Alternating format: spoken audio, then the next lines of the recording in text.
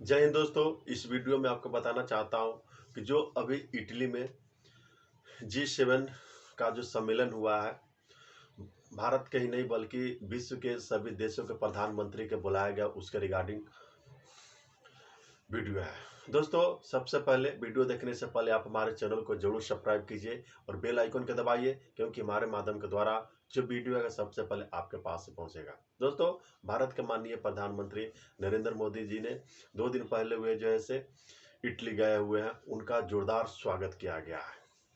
ऐसा लगता है कि मानो वे भारत का प्रधानमंत्री नहीं है, वे पूरा वर्ल्ड का वे नेता है, वे रिप्रेजेंट कर रहे हैं मोदी जी। इतना उसको प्यार मिला हुआ है। दोस्तों, उनको स्वागत करने के लिए सिर्फ इटली के प्रधानमंत्री ही नहीं आई, जो भी है ब्राजील, यूके, रसिया, जापान, यूक्रेन और अमेरिका, सब देशों के जो भी राष्ट्रपति वहां पर मौजूद थे, वे बहुत देखने का लग रहा था। दोस्तों, ये बहुत ही गर्व एंड गौरव की बात है भारतवासियों के लिए, क्योंकि ये फर्स्ट ऐसा इंटरनेशनल मार्केट में देखा गया है जब भारत के प्रधानमंत्री को इतना ढेर सारा प्यार मिल रहा है। दोस्तों, ऐसा कभी मैंने नहीं देखा अपने लाइफ में, जो अभी प्यार हमारे प्रधानमंत्री, ग्रेट प्रधानमंत्री को जो मिल रहा है नरेंद्र मोदी को, ऐसा पहले किसी के प्रधानमंत्री को नहीं मिला हुआ था। क्योंकि सबसे पहले मैं बताना चाहता हूं कि जब जब इमेज आया सभी देशों में, सभी देशों का प्रधानमंत्री पर, तो वहां पर जो केंद्र बिंदु पर थे वे हमारे भारत के प्रधानमंत्री नरेंद्र मोदी जी थे।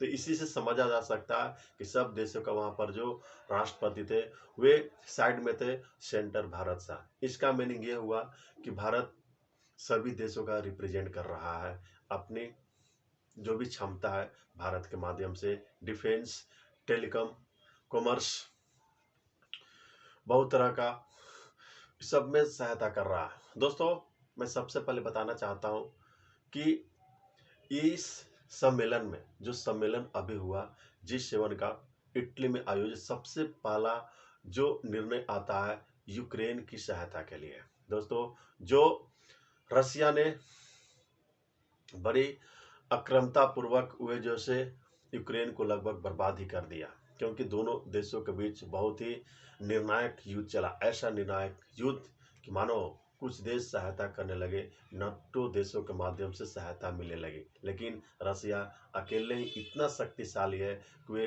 कोई भी देशों को हरा सकता है। दोस्तों, सबसे पहले बताना चाहता हूं कि जो भुगतान हुआ है, जो नुकसान वहां पर हुआ है, उसको भुगतान करने के लिए उनको लोन दिया जा रहा है, यूक्रेन को। इस तरह का मैटर वहां पर आया हुआ है। चलिए, जो निर्णय है मिला जुला कर सही है। जो इस सम्मेलन में एक देश बर्बाद हो, जाहिर सी बात है जितने भी पड़ोस में जो देश है उसको सहायता कुछ ना कुछ करना चाहिए। आपके हिसाब से वे आपको नेट वर्थ के हिसाब से डिपेंड करता है। दोस्तों, सबसे पहले मैं बात बताना चाहता हूं कि जो टॉकिंग हुआ, वे टॉकिंग जो सम्मेलन हुआ उसमें 4 फैक्टर पर ज़्यादा जैसे फोकस किया गया। पहला चीज़ जो फोकस किया गया वे था इन्वायरमेंट चेंज के रिगार्डिंग, दूसरा जो ऐसे कॉमर्स के रिगार्डिंग, तीसरा पॉइंट वहाँ पर किया गया वे एनर्जी एंड डिफेंस।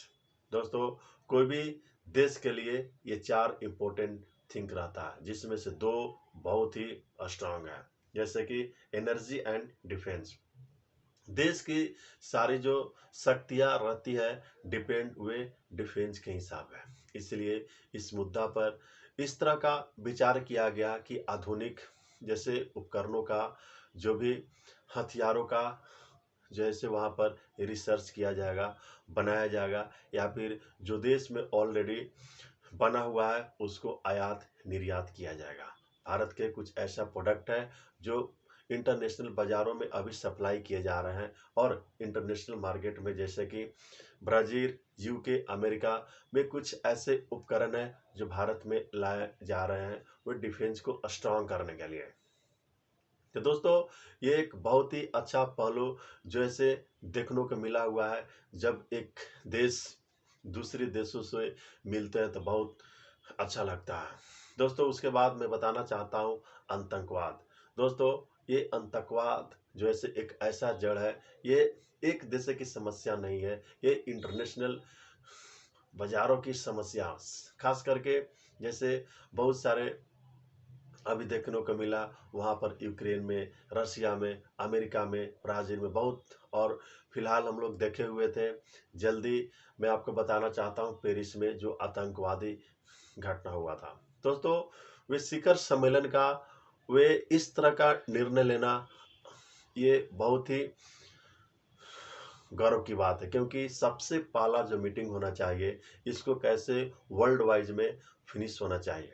इसको फिनिश करने के लिए संगठनें हैं, संगठन बनाना देना चाहिए। अगर कोई देशों पर जैसे अटैक होता है तो सबसे पहले सहायता के लिए आना चाहिए। तो इस तरह से बात बहुत ही एक्चुअली अच्छा लगा सुनने के बाद। उसके बाद जो मुद्दा डिस्कशन किया गया था वे था टेलीकॉम। दोस्तों टेलीकॉम एक ऐसा इंडस्ट्री है जो कोई भी देशों का जो है इकोनॉमिक्स के ऊपर डिपेंड रहता है। कोई भी देश चाहता है कि टेलीकॉम डिपार्टमेंट स्ट्रांग रहे ताकि भारत का जो इंटरनल ग्रोथ है या फिर कोई भी देशों का इंटरनल ग्रोथ है वे हाई लेवल पर पहुंचे। तो दोस्तों इसके लिए बहुत तरह का रिसर्च करना होगा। ऑलरेडी रिसर्च चल रहा है भारत में या फिर दूसरे देशों में। जैसे अमेरिका ऑलरेडी इसमें आगे है, चाइना आगे है, उसके बाद यूके, जापान, ऑस्ट्रेलिया, ब्राज़ील, वे सब बहुत आगे हैं। दोस्तों बताना चाहता हूँ कि ये जो इतने स्ट्रॉन्ग लीडर अभी जो मौजूद हम लोग देखे वे बहुत ही शानदार था। इसलिए इस तरह का सम्मेलन में बहुत ही अच्छा लगा। एक वायरल अभी पोस्ट हो रहा है जर्मनी के प्रधानमंत्री और भारत के प्रधानमंत्री का वे हंसमुख चेहरा, जो बहुत ही इंटरनेट पर वायरल हुआ। उसके बाद जापान के प्रधानमंत्री और भारत के प्रधानमंत्री का इमेज बहुत वायरल हुआ। उसके बाद यूके का प्रधानमंत्री, भारत का प्रधानमंत्री नरेंद्र मोदी जी का बहुत वायरल हुआ।